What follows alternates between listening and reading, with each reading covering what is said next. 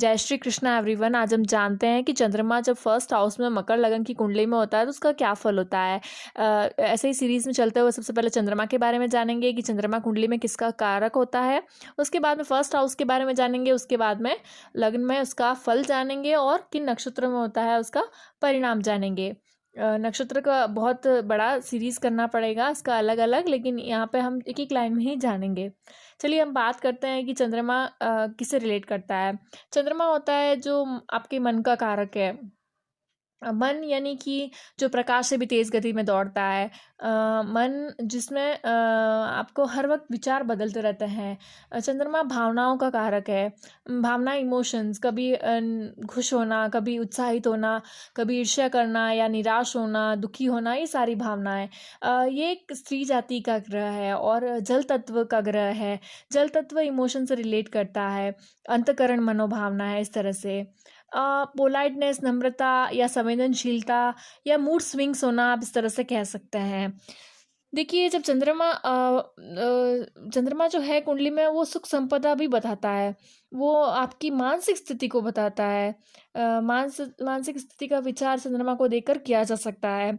ये भावनात्मक चीज़ से रिलेटेड है वो, और इमोशनल कनेक्शंस ये सब बताता है। सुंदर कल्पनाएं वगैरह ये सब चीज़ें को रिप्रेजेंट करता है। वहीं पे जो फर्स्ट हाउस है वो किससे रिप्रेजेंट करता है, वो आपके पर्सनैलिटी को रिप्रेजेंट करता है। वो आपके आउटर अपीयरेंस को करता है, बाहरी व्यक्तित्व को। आकृति, वर्ण, कद काठी, रंग, ये सारी चीज़ें को रिप्रेजेंट करता है। वहीं पे फर्स्ट हाउस से कभी मान सम्मान देखा जाता है, मस्तिष्क का विचार किया जाता है, और आयु का विचार भी कभी कभार किया जाता है, और स्टेटस जो प्रतिष्ठा है समाज में वो उस तरह से देखा जाता है। फर्स्ट हाउस से ये सब चीज़ें देखी जाती है।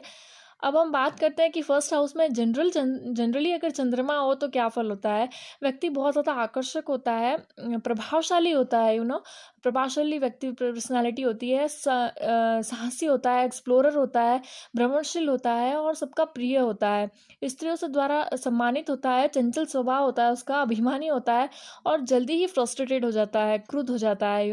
इस तरह से हम देख सकते हैं फर्स्ट हाउस में। ये बिना किसी राशि या का नहीं, जनरल एक प्रिडिक्शन है कि फर्स्ट हाउस में चंद्रमा का ये फल होता है। अब जानते हैं कि मकर लगन में जब होता है तब क्या फल होता है। देखिए मकर लगन जो होता है वो मकर राशि यानी कि शनिदेव की राशि है। तो ये लोग शनिदेव किसको रिप्रेजेंट करता है, परिश्रम को, मेहनत को। आपके लग्नेश शनिदेव हुए यहाँ पे, तो ये परिश्रम मेहनत को रिप्रेजेंट करते हैं, सेवा को रिप्रेजेंट करते हैं और न्याय को रिप्रेजेंट करते हैं। तो यहाँ पर मकर लगन होने से फर्स्ट हाउस में मकर लगन, मतलब जनरली मकर लगन आपका है, तो यहाँ पे क्या होता है कि ये आप लोग थोड़ा सा ऐसा कंडीशंस देखे जाते हैं जिसमें ईर्ष्या होती है ज़्यादा, या द्वेष रखते हैं, या आप अपने शत्रु को नहीं भूलते हैं, शत्रुता नहीं भूलते हैं। इस तरह से देखा गया है। आप कभी कभी जैसे परिस्थितियों का सामना शूरवीरता से करते हैं। आप बड़े से बड़ा भारी काम या कुछ काम करने में कभी हिचकिचाते नहीं हैं, आप परिश्रमी होते हैं, इस तरह से देखा गया है। आपको जिस काम को करने में आपको रुचि हो, आप दृढ़ता से करते हैं। परिश्रमी आप लोग अधिक होते हैं। वहीं पे कभी कभार उदासीनता या संशयात्मक बुद्धि होती है। जीवन में ऐसे हर्ष उल्लास रहता है, लेकिन जब चंद्रमा की प्रेजेंस यहाँ पे निर्बल होगी तो इस तरह से देखा जाता है कि थोड़ा परेशान ही रहता है। इस तरह से देखा गया है। वहीं पे हम बात करें कि ये लोग जो हैं वो जनरली थोड़े बहुत काव्य संगीत में भी रुचि रखते हैं और विद्वान होते हैं, इसी तरह से देखा गया है। और परिश्रमी, ईर्ष्यालु, इस तरह से देखा गया है। अब हम बात करते हैं कि ये फोर्थ हाउस जो है, नहीं सॉरी, ये सेवन्थ हाउस है जहाँ पे फोर्थ है, ये सप्तमेश होकर चंद्रमा यहाँ पे लग्न में बैठे हैं। तो जब सप्तमेश होकर लग्न में बैठे हैं तो इस तरह से ये क्या करेंगे कि आपको ये शारीरिक सौंदर्य में तो वृद्धि करेंगे, वो अच्छा बनाएंगे, कोमल स्वभाव बना सकते हैं। आप लोग कार्य कुशल होंगे। पहले ही मैंने कहा मेहनत तो करते हैं, कुशलता से कार्य करते हैं, और कभी कभार आप लोग शनि का प्रेजेंस अगर जैसे कि 10th हाउस में हुआ, तुला राशि में उच्च का शनि हुआ, तो आप मेहनत करके परिश्रम करके अपने लाइफ में नाम करते हैं, सफल हो जाते हैं। हाँ, दिखने में मगर कभी कभार कैसे भी हो, लेकिन ये प्रेजेंट करता है कि देखिए मेरा कौशल देखिए, इस तरह से तरीका देखिए काम करने का, या मेरी मेहनत देखिए, इस तरह से आप रिप्रेजेंट करता है। चंद्रमा की जो 7वीं दृष्टि है वो कर्क राशि में सप्तम भाव को चंद्रमा देख रहे हैं, कर्क राशि पर पड़ रही है। तो इस तरह से आप देख सकते हैं कि इनको अपने जो व्यवसाय है या जो इसमें भी ये पार्टनरशिप करते हैं, तो उसमें इनको सफलता मिलती है। चंद्रमा की यहाँ पे पूर्ण बलता देखना ज़रूरी है।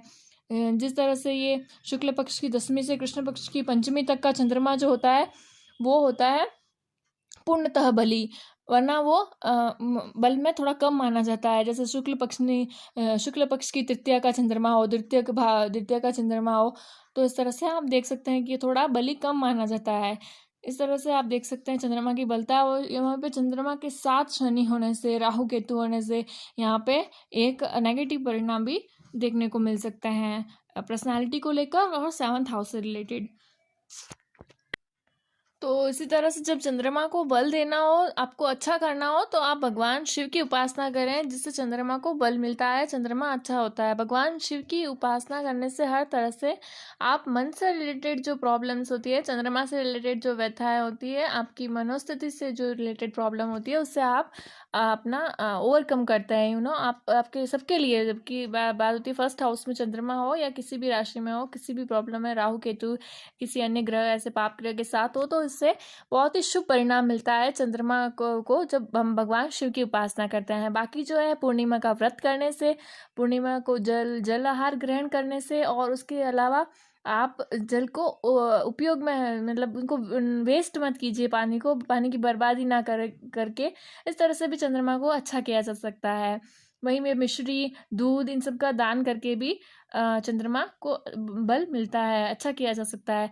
अब हम जानते हैं कि किन किन नक्षत्रों में होता है। जब चंद्रमा मकर राशि के अंदर होता है, मकर राशि के अंदर होता है, तो भी ये होता है या तो उत्तराषाढ़ा के 2nd, 3rd या 4th चरण में, वहीं पे श्रवण नक्षत्र के चारों चरण में हो सकता है, या फिर धनिष्ठा के प्रथम और द्वितीय चरण में हो सकता है। उत्तराषाढ़ा के नक्षत्र में होने से, ये सूर्य का नक्षत्र है उत्तराषाढ़ा, इस वजह से ये थोड़ा सा काफ़ी परिश्रम करने के बाद ना, अगर आपकी कुंडली में सूर्य की पोजीशन भी अच्छी हुई तो भी ये बहुत परिश्रम करने के बाद, जैसे कि मेष राशि में सूर्य है, तो काफ़ी शनि जो है परिश्रम चाहता है, तो परिश्रम करने के बाद ये आपको अच्छा नाम वगैरह यश देगा। वहीं पे श्रवण नक्षत्र की बात करें तो ये चंद्रमा का नक्षत्र होता है, और चंद्रमा के नक्षत्र में होने से ये आपको तो जैसे कि मैंने कहा, चंद्रमा का उपाय करने से चंद्रमा अगर बलवान है तो ये शुभ परिणाम ही देगा।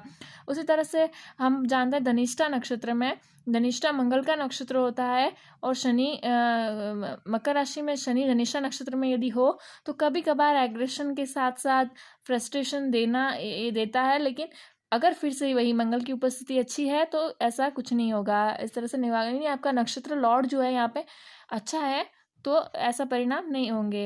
इस तरह से हम देख सकते हैं। तो इस तरह से हमने जाना कि मकर लगन के 1st हाउस में चंद्रमा होने से क्या परिणाम होता है। वीडियो को अच्छा लगे तो लाइक शेयर सब्सक्राइब करिएगा। Thank you so much for watching. Radhe Radhe.